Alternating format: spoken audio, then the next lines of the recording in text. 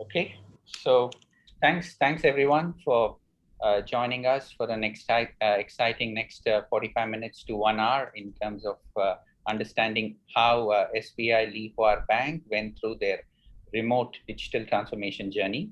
I mean, yes, we have heard of digital transformations in quite a few banks, but just when the pandemic stuck, this implementation started, and with various stakeholders completely remote, we just wanted to understand, some of the key challenges and how this bank went about in their journey. So today with me, I have an esteemed, list of panelists. Let me introduce Mr. Ross Soka. Mr. Ross Soka is a senior advisor for SBI Lihuar Bank, focusing on digital financial services. He's providing, a product and rollout advisory to the various digital products at SBI Lihuar Bank.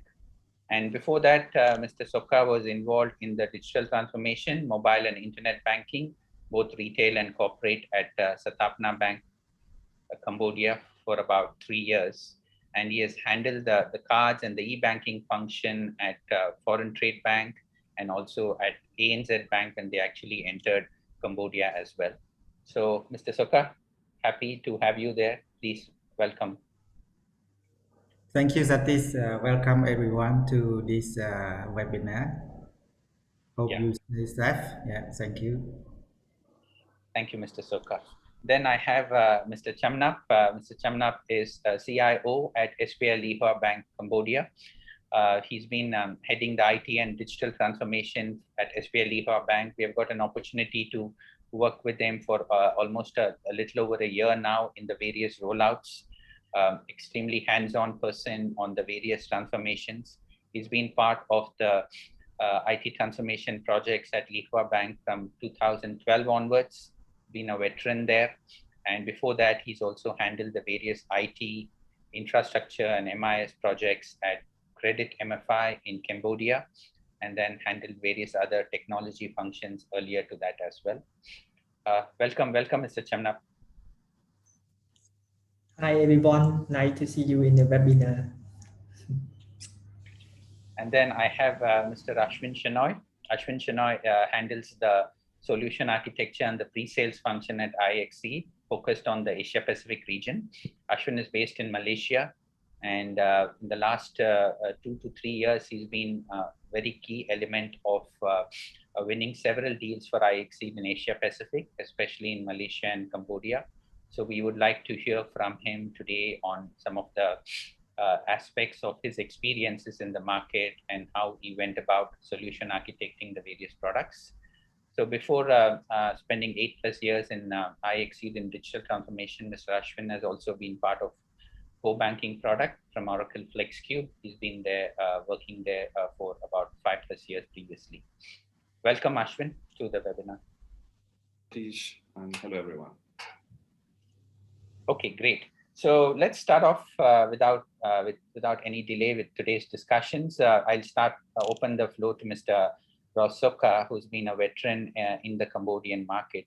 So, Mr. Soka, last year plus another 2 months has been a global pandemic, but at the same time, we are seeing a lot of banks doing a lot of digital transformation. So, can you just talk us through some of the digital transformation from the Cambodian bank's point of view, Mr. Soka? Yeah. Thank you, Mr. Satish, and welcome everyone into this webinar. So today is our pleasure to share our practical experience to you, and hope that we can learn from each other during this pandemics. I think Cambodia is not different from the rest of the world. We face many challenges, but it is very good thanks to the technology advancement and the global experience provided by cross-border offshore companies.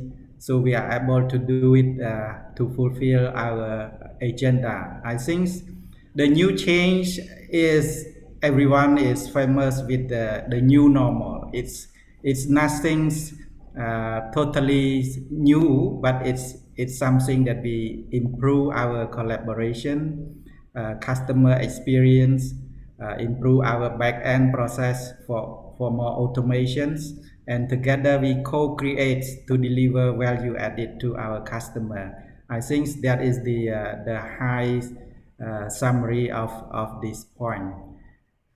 If you have further comments, Satish, please add on. Well, I think no, that's really great to hear. So from a customer onboarding perspective, I think both here and some of your previous experiences, how did you manage to fast track that, Mr. Soka? I remember you bringing out some niche products to fast track account opening. Yeah, I think the customer have enjoyed the best in class in today's technologies delivery by our team. As you know, that Cambodia is very cash centric in its uniqueness.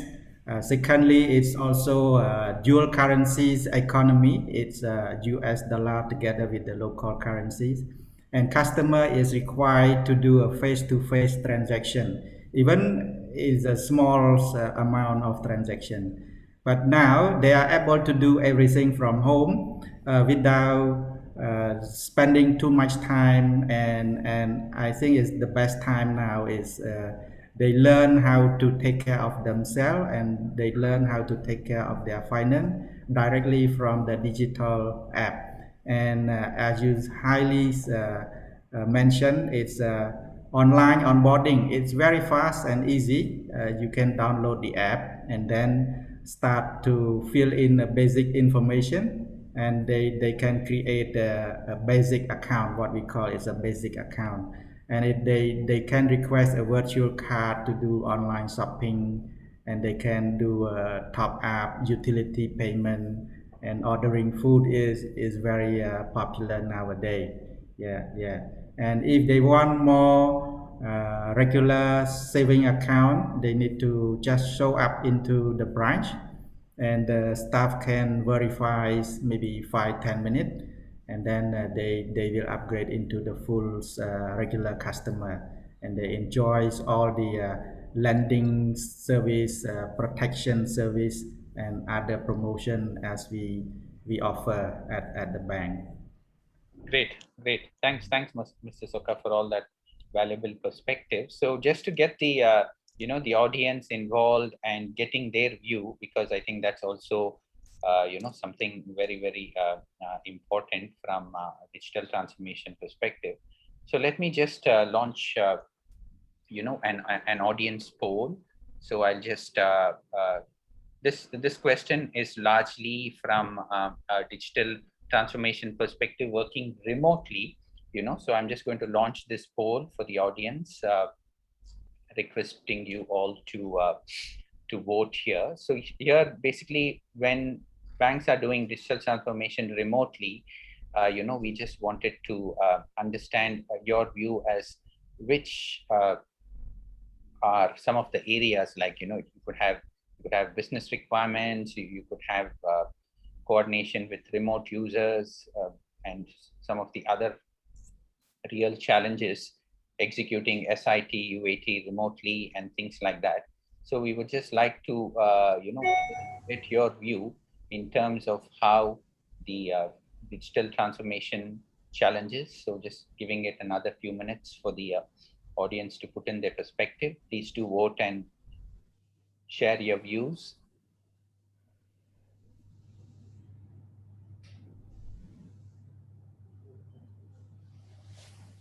Yeah, we have about 50-60% voted. We'll just give another few minutes.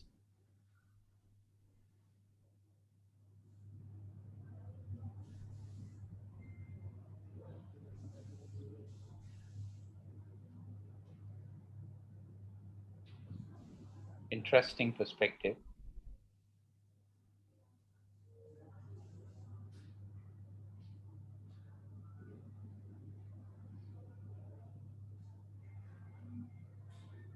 I think it looks like different people had different challenges. Each specific area has been a challenge in itself.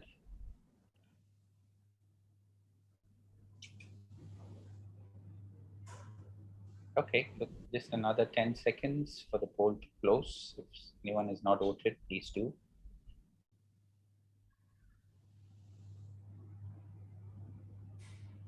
Okay, let me just share the results with everyone. Can you see the results, everyone? Ashwin, Mr. Chamnap, can you see the results? Yeah. Yeah, yes. Yeah, so interesting. It's been a kind of a split, verdict. In people have been having challenges in their business requirements. They've been having challenges in managing vendors remotely, and also the various execution cycles, which has also probably resulted in delays in launching the new products and services. So, so with this, let me probably move on to Mr. Chamnap in terms of the next question. Let me just.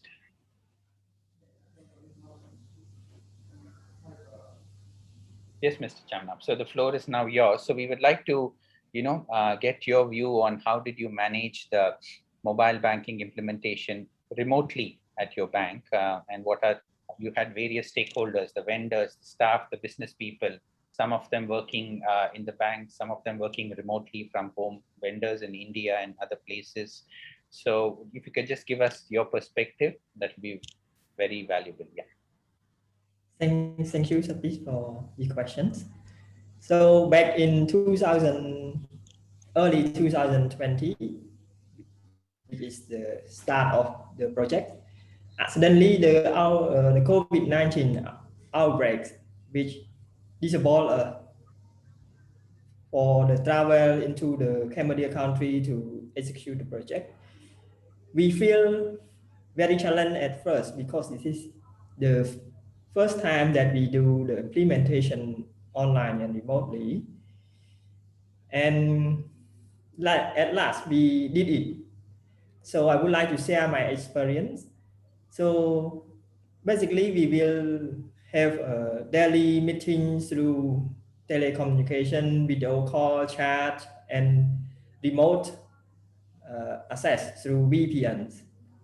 And we have a weekly catch up to escalate the problem to top manager and project management and to take call some issue along the way of the projects. So if I mention this, it's look like quite normal for everyone to implement project.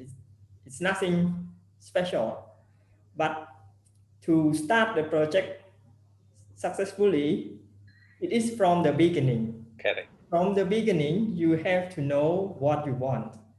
From us, we spend a lot of time draft out what feature do we need and convert it into roadmaps and prioritize which should go first and which should go next. And we adopt the agile project to deliver our mobile banking app every 3 months. And the other factor to the success of project is that we depend on vendor to deliver the thing for us.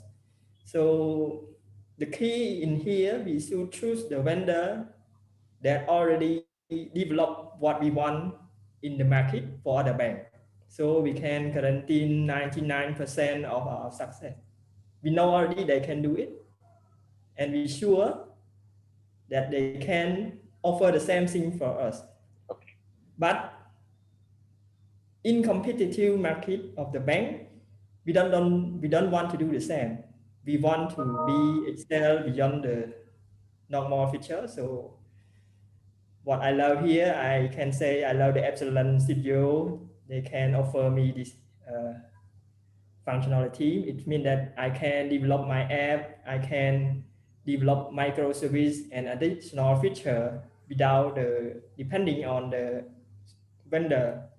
Because some vendor I experienced a lot, we got locked out. This means that when we finish the first version, the second version becomes stuck because the vendor may have some problem with resource and cost negotiation. But for us, we have the flexible way. It means that we can do it on our own for minor things. Right. That's all for me for my Great. experience. Thank you. Yeah, just one last question related to that. In terms of timeline, when did you start last year and when did you launch your first phase? Okay, we start implement project in February, and we spend 3 months to do the development and UAT, and we spend 1 month more to pilot test our mobile apps, so we can go live in 4 months for the first version of mobile app. It's a very fast one. Yeah, absolutely. I think your CEO also came up with a very innovative approach of making sure the testing includes, some amount of testing in-house, some amount of testing by the, staff remotely, including weekends, and he in fact outsourced the testing as well to enable it to do faster. So I think that was, yeah, that really helped, because in most banks, a vendor delivers to the bank for UAT, but then after that, it's beyond anybody's control. You have to get the various approvals and so on. So thanks a lot, Mr. Chamnak, for your insights on this. So I'll just proceed now. Now let me pass the floor to Mr. Ashwin now. Ashwin, based on your experiences in the region, Cambodia, Laos, Malaysia, Singapore, from a solution architecture point of view, what changes are you seeing in the region in digital banking projects? Can you just walk through some of the recent features and other things? While you explain, let me just look at some questions from the audience. So I'll let you go ahead, Ashwin. Yeah. So I think I'll take this question in two parts. The first part, maybe I'll spend some time emphasizing the need around digital transformation, digital banking as such, and how the perspective around digital banking has rapidly been evolving. And then I'll come down to the specifics in terms of what have we done in the region as APAC, maybe Cambodia, Malaysia, and so on. How are our implementations different? What are the new features that we have brought in, and so on, right? So let's look at the first part, right? So digital banking, as the name suggests, this particular word has been there for quite some time now. And what has really changed is the perspective around it. So let me explain what I mean by perspective, right? So erstwhile, when bank wanted to start an operation, they would really focus on core banking and maybe some of the product processes, and have a branch and get done with it. So that was how initially operations started. But then over a period of time, they realized that banking this way may not really be able to scale, and you'll have a lot of footfalls in your branches and so on. So that is where they thought through that, okay, maybe it is time we should have a lot more services enabled as part of your digital banking channels. So that is why some of it went to the channel layer, where people started with retail banking, mobile banking, internet banking, and so on.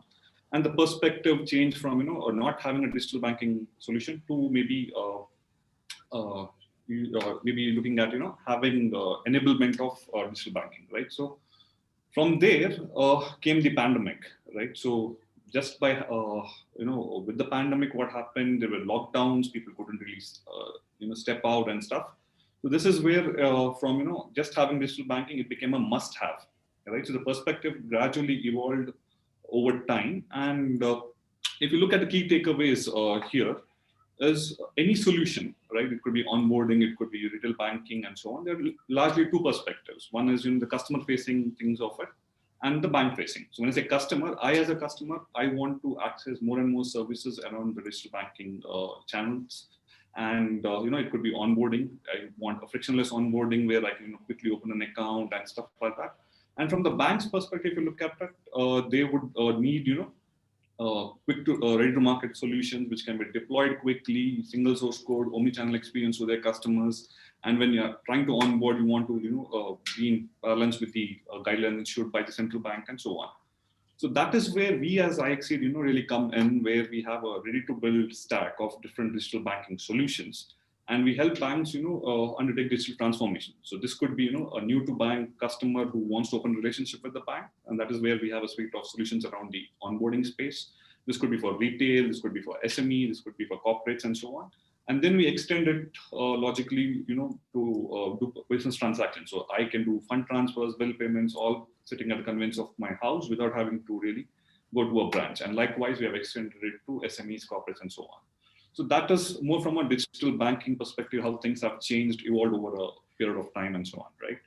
Next part, which I also want to touch upon, is what really have we done as part of our implementations in the region. So if you look at SBI itself, so we have enabled OCR-based customer onboarding, where I can just have a national ID, do a quick scan of it, populate my application, and in terms of integrating with your backend systems like for facial recognition and other biometrics, I'll be able to register myself, right? So these are things that we have done specifically in Cambodia. And even to extend it, so let's say, like you rightly said, where the emphasis here is to grab new customers as quickly as possible, right? So that is where I want minimum KYC, have wallet-based account with restrictive features initially, and then I extend it further by bringing in more products and so on. So that is what we have been doing in and around Cambodia. And even if you look at it in Malaysia, we have extended it to some of the big banks where large financial institution groups, corporates have been onboarded. And this is more from a multi-country rollout. So as part of this, we have interfaced with multiple systems. It could be things around AML, it could be localized systems like Ramsey and stuff, right? So we have done a lot of integrations in our implementations, trying to give a seamless onboarding experience for the bank as well as the end customers. Yeah, thanks a lot, Ashwin. There's been a question from the audience related to something which we have just spoken. One, Mr. Rizwan Sheikh wants to know, how important is testing, how a software testing for the banks in Cambodia, So in general, how important is testing? Basically, Rizwan, allow me to answer this and then pass it on to the panelists. So, like any other software product, while the features need to get tested, banking products are even more important, because not just the functionality and the integration, you also need to get the vulnerability and penetration testing, which is the VAPT testing. So maybe I'll just like to take first Mr. Sokka's view on this, on the importance of testing, Mr. Sokka. There's a question from the audience, the importance of testing in banking products. Thank you, Satish, and thank you for the question. I think, as highlighted by Satish, very, very critical that we test the solution before we roll out to our client. So I think there are many few phases, probably starting from SIT, UATs, and then we pilot to a closed group within our member, so that we match the requirement and the experience as per our expectation. And I think it's good to have a good team that understand with the practical experience. There are certain level that we may need to revise the flow, the experience. So thanks to the competency of the team, we are able to do it in a more practical result. So I think after the pilot, we can prepare the public launch, and then the cycle will start for continuous improvement. Great, great. Thanks a lot for that, Mr. Sokka. So we're just moving on. Thanks for the question. Audience, please feel free to just pop in with your Q&A, and then we have a section for Q&A at the end. We will answer it. If it's relevant at the particular point, we'll bring it up, like the question on testing. So just get into an audience poll about the preference for a digital banking solution, a system rather, and then let me just launch this poll so you will get an idea of this poll. I'm just launching it as you see. So from a digital banking IT standpoint, what would be your preference when it comes to choosing a digital bank system? Would you rather prefer a ready to deploy product? Would you look for an app which you built from scratch? Or would you look at a product which is a vendor has got a base product, but then you'll be able to customize it? So we're seeing answers thick and fast pouring in. Just curious, Ashwin, would in screen sharing mode, you can actually see the panelists can see the percentage answer? Not as yet, unless you...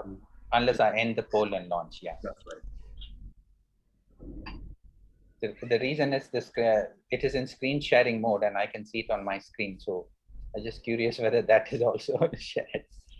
So yeah, let's get the audience view, and I'll be love to see the view of Mr. Soka as a digital advisor, Mr. Chamnap as a CIO, and Ashwin as a pre-sales solution architect. So it would be interesting to see your views on this. Just give it another 30 seconds. Most of the people have voted. Okay, great. So that's it. Let me just end the poll, and can you see the results? Okay, here is it. So we have a winner. People are looking at a hybrid model of using a base product. So this is one election where we didn't have to have a re-election, I presume. So people do prefer something which is customizable. But then, yeah, there are also choices for ready to deploy product. So yeah, let me start with Mr. Chamnap and find out, what is his view when it comes to choosing solutions, Mr. Chamnap. So thank you, Satish. It is a logical thinking and easy to understand when the simple question is that, do you want to build your own car from scratch? It is impossible. So we better buy the car and add some decoration like change the light, headlight, or change the tire. It's better, faster. Because in the bank, we need to be fast in the market. The first in the market, we capture the customer, and when the customer is happy with us, they don't live with us. So we will win. That's all for my answer on this. Wow, great. Yeah. I could see Ashwin smiling because he also loves cars, and he could relate the answer very well. So Ashwin, you have to wait for your turn. Let me pass it to Mr. Soka to give his views. Yeah. Thank you, Mr. Satish. Yeah, very good comparison by Mr. Chamnap. Yeah, I think that is the term. The co-creation is the best. So of course, we know our customer need and demand, but we don't have expertise or experience in designing or using the technology. So let the our partner to fulfill that gap, and we drive the experience and the process automation at the front end. That is the beauty of digital transformation. So yeah, I agree to the vote of the majority there. Thank you. Okay. So we have a lot of audience questions coming in, so we'll answer them towards the end. We have about 3-4 questions. So Ashwin, your view quickly on this before we move on to the next question here. Right. So let me look at it from what we have done so far. I mean, that itself would speak volumes towards that, right? So we, as on date, we're servicing about 100 plus customers across the globe. And in terms of our offerings also, we have the digital experience platform, which we call it as Appzillon. So that essentially is the factory using which we build applications. And then we also have a ready to deploy solution suite, right, for different use cases. Now, if you look at the customer spread that we have customers who are banks and other IT companies as well, who have taken the digital experience platform.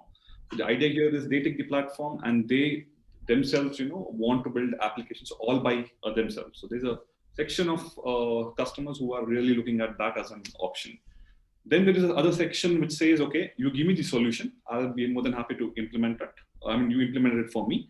And going forward, obviously, because it's a digital banking solution, there are going to be enhancements, change requests, and all that coming in over a period of time, right? So what they say is, okay, even for the enhancements and change requests, I will come to you, you do it as a CR, and I'll be happy with that approach.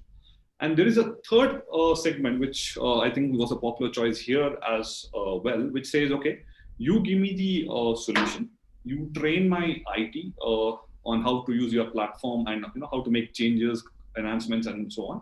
I don't really want a dependency. I should be in a position to make changes on the fly as and when I need. So this of late has seemed to be more of a popular option, where we have seen large adoption in this particular hybrid model, where banks initially look for the solution. We provide them the solution, we implement it, we give them the platform, we train them on the platform as well. And then once they get a little comfortable after all the hand holding, then they do the changes, customizations all by themselves, even without having to depend on us. So I see, generally agree with the poll here. That seems to be the popular option. Okay, great. Yeah, so this moving on, we're coming to the second section of the webinar. I'll start with Mr. Chamnap here. So like to understand some of the products and features that has been implemented as part of the SBI Leaf for mobile banking app, the latest version. So, and then what are the various integrations you have done, and would like to hear from you, Mr. Chamnap, on that. Yeah. So the first version of mobile app, we do what the most basic need for customer, mean the feature that customer using every day. We have cell onboarding. We use OCR to capture the national ID card of Cambodia. We have integrated with vendor to capture the customer face ID, which will be utilized for other channel later. And we have the fund and account management. We have the payment like bill payment, phone top up, and the QR payments. And lastly, we have integrated with our sister company, Lihu PayPro, which is the agent payment company, which has around 45,000 plus agents to serve our customer. So our customer can go anywhere to access to our fund and do the wire transfer everywhere. So in the next phase, next feature, we have a lot of fund transfer integration such as Bakong in Cambodia, retail payment, Swiss integration, and Ripple integration, which allow us to do the fund transfer across the globe. And we are moving to merchant app, moving to commercial app, and lastly, the excited one we are currently implementing with integration with the social app, which we will launch by the end of 2021. Wonderful. There's more feature that we are still in the progress of study and set up and analyze. That's all. Thank you. Wonderful, wonderful. Really excited to know all that, especially some of the plans which you have for the future. And I really like the way you go about, do a quick launch and then agile method of small releases, incremental releases. So, really excited about that. And we have time for probably one more audience poll, because there are quite a few questions that are coming up as well. So we'll just have one audience poll, and then I'll seek Mr. Sokha's view on the, on the products which is likely the banks are going to go in the coming months. So let me just launch this poll. Yeah. So the audience, one last poll for you, just to get your view in terms of the latest technologies and features in digital banking, which is likely to make a differentiation factor.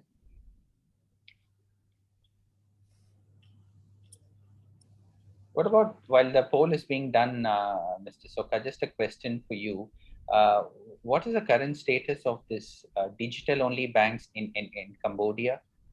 I know the MAS in Singapore granted licenses to 3 digital banks. Malaysia is in the process. Where are we in Cambodia on that? Thank you, Satish. I think Singapore is a role model not only Asia but the globe. Specific into Cambodia, there's no specific regulation around that, but there's a boost in fintechs and those payment company. So you will see over a small country like Cambodia, there's over 300 company registered there. So they are fulfilling and running in a similar phase to onboard customer, allow them to top up their wallet and make a payment. I think it's part of the financial inclusion, and that is helping. If it's a top tier client segment, they can also link up with a bank and promote it into a banking clients. As Mr. Jamnap mentioned, we have Lihua PayPro as our group company. So the people living in the rural can get access to their finance within maybe their home distance, a very short distance. So it's helped to promote literacies and inclusion bankings. Excellent. Yeah. So great. So this is what the view is. So again here, I think the use of AI and ML in terms of the various use of chatbots and machine learning for financing prediction defaults seems to be a functionality which is largely going to be in demand. And then, of course, you have big data and analytics forming a good portion of it, and wallets is something which is again, which is most keenly looked after. So this is what.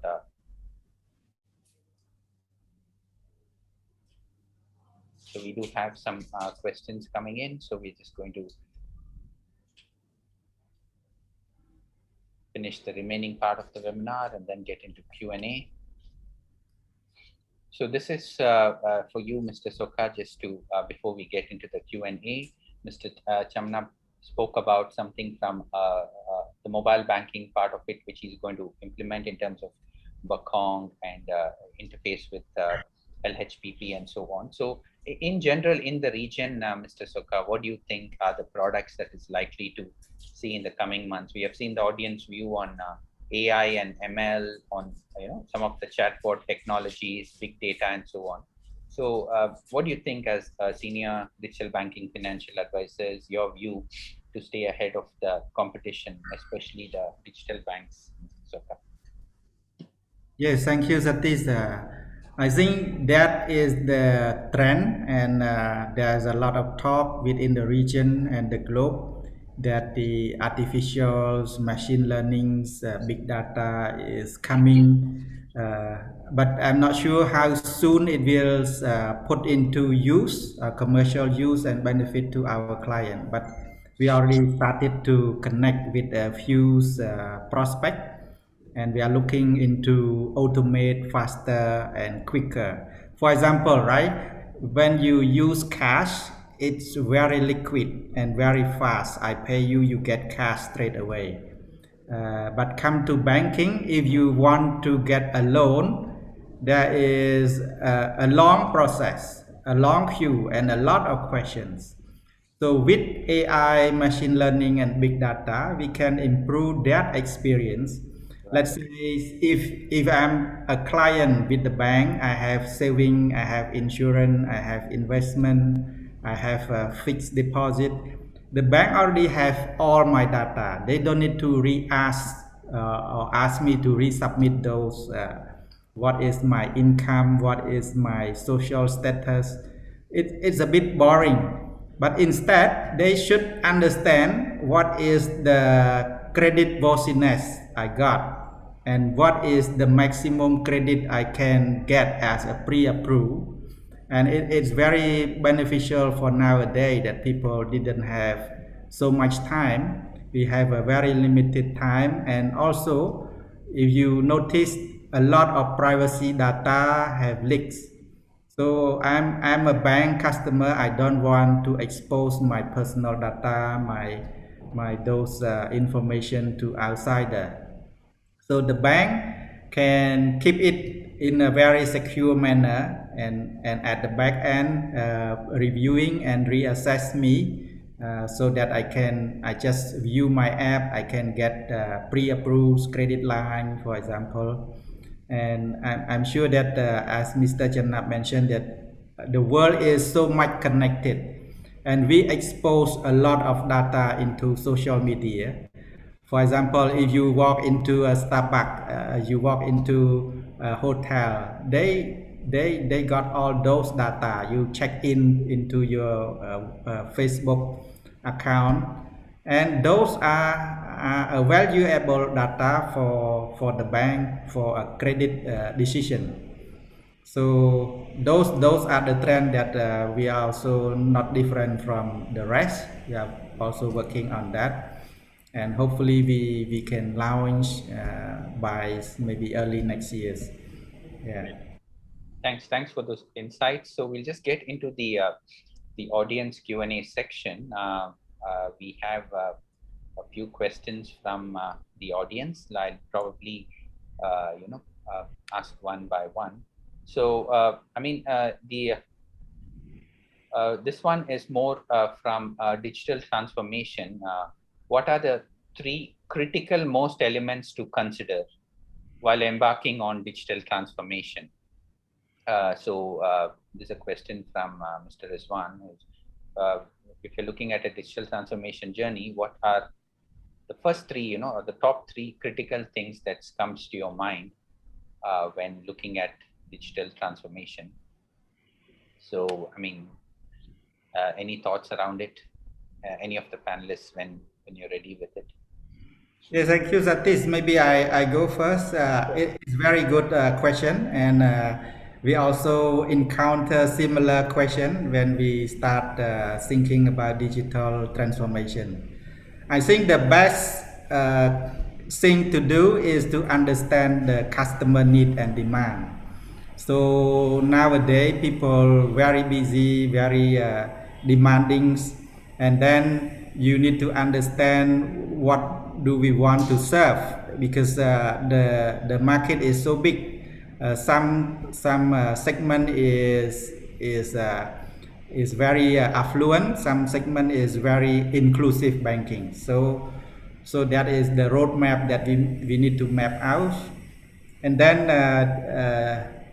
build up a team that understand the same goal, the same directions, so that there's no waste time on explanations, for example, and also choose the right technology partner. I think that is the high level that I can recap of three things. Yeah.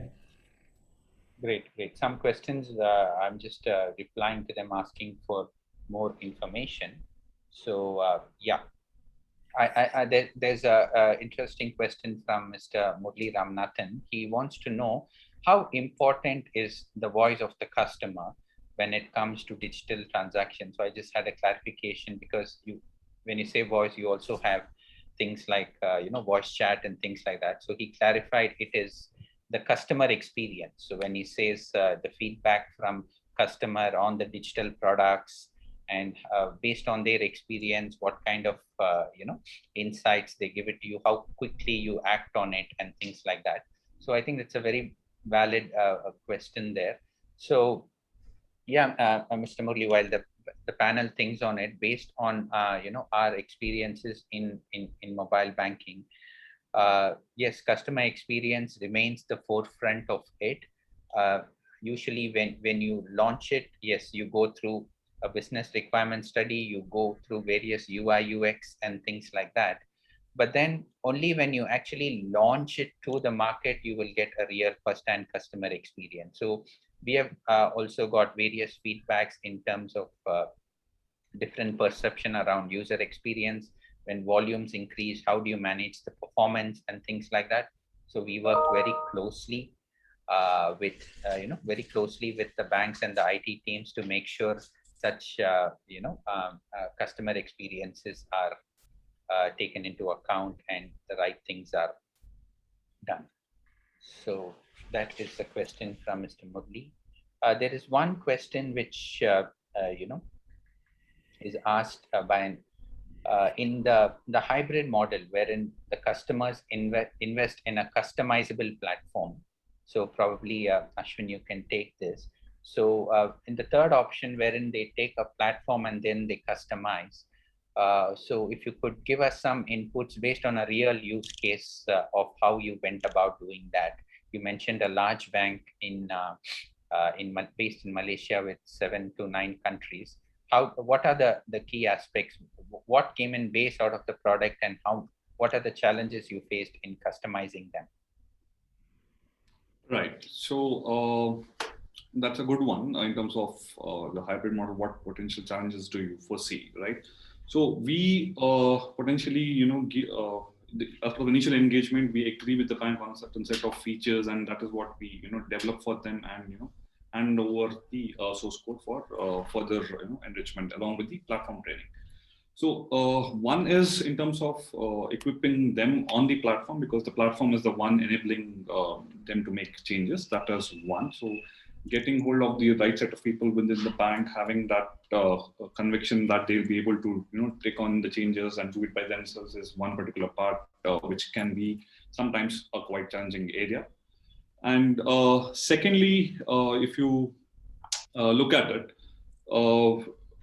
once we give out the source and the bank does a change, there has to be a review mechanism in place. This is something which we have also learned from our experiences, because a bank typically knows banking at its best. It's something which is not its core forte, right? So that is where we come in. So that is where we also realize that over a period of time, that when we give them the source, ask them to make changes and all those things, and when it comes to enhancements, we need to have some sort of a review mechanism of code that they have incorporated. This is more from we being from the IT side are well equipped to profile the code, look at whether it's been written optimally, whether there be performance issues and stuff like that, right? So this is something which we have also learned over a period of time to handle this, and have mutual agreements in place that, okay, while you do the enhancements, I would also like to review the enhancements, so that overall the application, from a security standpoint, from a performance standpoint, it doesn't really break, and the customers don't really have a bad experience. So that is something which is very critical, is what we believe. And while we enable them, give them the leverage, we also have checks and balances in place where we can actually review the code, see how it performs eventually. Right. Thanks, Ashwin. Mr. Chamnap, there is one question around, would a bank get an advantage if they join hands with fintech, so that they are ready to market digital systems? I remember you mentioning that you're looking at certain partnerships around Bakong, the LHPP, and then few other things like Swift, Ripple, and so on. So if you can just give us your view about the potential plans around it and the advantages if a bank joins with a fintech, Mr. Chamna.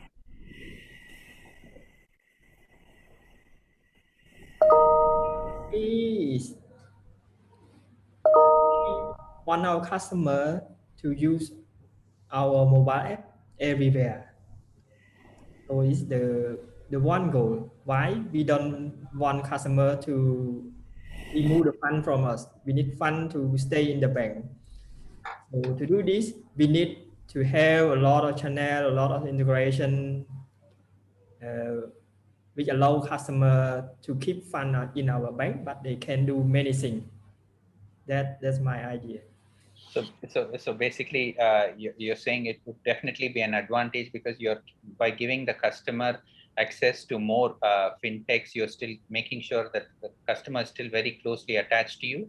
Plus, he can take care of all the features provided by the fintech. So that's a very good perspective. Yeah. So thanks, Mr. Chamnap, around that. Mr. Soka, there's an interesting question from Mr. Maniraj. He says, see, when you go digital, the first thing is, as a customer, you feel that the privacy is getting impacted and whether the data is protected. So that is especially in the seniors. For example, my father will never use an ATM card, or he's still comfortable going to a branch and doing a transaction. But of course, we have the millennials and the other generations. So the question is, how does the bank ensure that the personal information is not shared with anyone, and it's protected? So what are your views around that? Thank you, Satish. I think it's very valid question, and I used to involve and spoken loud around these things. My view is reverse. When you do a physical context, your data, your personal information is spread over people mouth to mouth, and if they ask you to fill in the form, this form is end up in a basket bin or in up a cake wrap. In Cambodia in the old day, we use newspapers to wrap the things. And when it become digitalized, it's all encrypted and all regulated. And if there's something wrong, we have in place the forensic investigation and the team to go in and resolve the issues. And the data is highly secure and protected as compared to the traditional paper-based and face-to-face interaction. For example, right, if the staff is like you, they also talk about you. If they dislike you, they also talk about you to their friends, to their neighbors, and the news is spread from one people to one people. So that's why transformation into digital is very highly recommended. And I think is now is the revolution, industrial revolution 4. We don't have any more excuse. So the sooner is the better to become encrypted and data is protected in digital ways. Yeah, thank you. Yeah, thanks. So a couple of other questions, which is I'll just quickly answer them before coming to the panelists. Madam Shazana Sharif from Malaysia wants to know what are the core banking systems used in Cambodia, and what are the most challenging areas in implementation or integration. So Madam Shazana, the most common core banking systems used in Cambodia are the Oracle FlexCube system, and also you have the T24 from Temenos. So they have been largely implemented in many banks.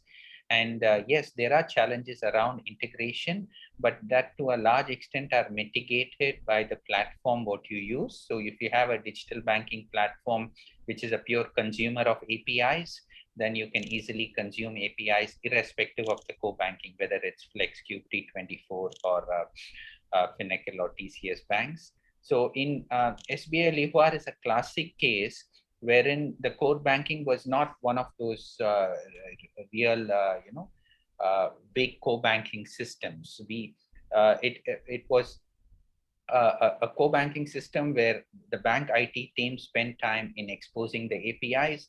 And because it was a much smaller system, we were able to consume the APIs and do the integrations, quicker. So I think that the key thing is you can still have a very simple core banking system, but improvise your channel layer to give better experience. There are still, the good old mainframe based systems wherein changes are difficult on the core, but then a lot of changes have been managed to done on the digital layer, which gives the bank a fast track advantage. So I hope that answers your question. We just have time for a couple of more questions.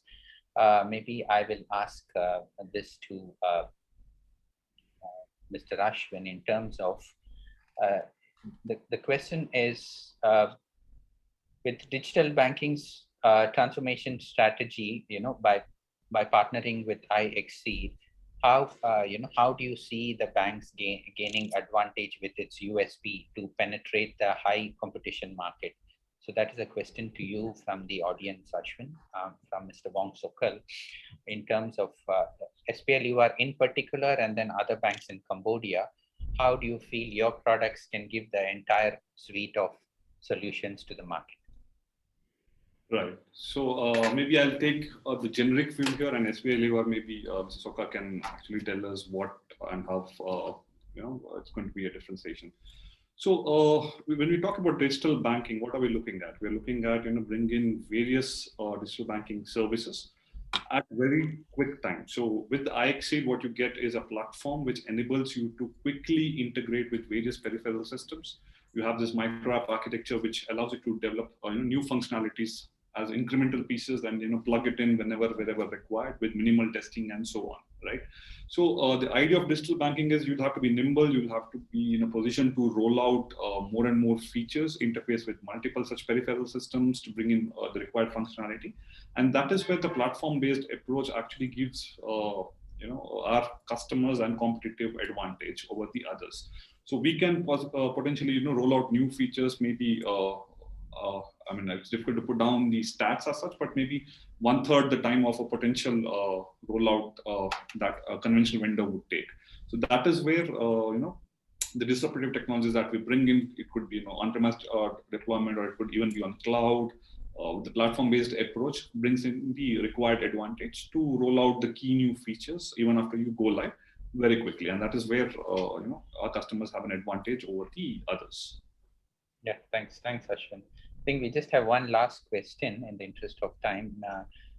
How is SBI Livar facing new digital competitors? So, how do you manage the competition so that you can differentiate the product offerings to the customer so that you can manage the competition? So from a digital advisory standpoint, Mr. Soka, what do you feel is the best way to manage the competition by rolling out the products? Yeah, the last question to you. Yeah. Thank you, Satish, and thank you for the questions. I think everyone's always compare themselves to competitors, and I think it's for us we compare to ourselves. We have to serve our customer need and demand, and I think every bank or every MFIs have their own uniqueness in that field. So for us, we of course we try to compete, but at the same time try to fulfill and add value to our customer service propositions. For example, we introduce a package product, not only bank but also the protections. We call Deposit Plus. So every customer that sign up our fixed deposit, term deposit, they also eligible for a minimum insurance coverage, not only to the customer themselves, but even they can enable to their family member. So I think that is one of the new product that we offer. We also try to be personalized to customer. Our staff is trained to respect and greet customer when they walk into the branch, or when they have a disputed unresolved case, they can chat or call. They don't need to visit physically at our branch, and those are the thing that we improve day by day.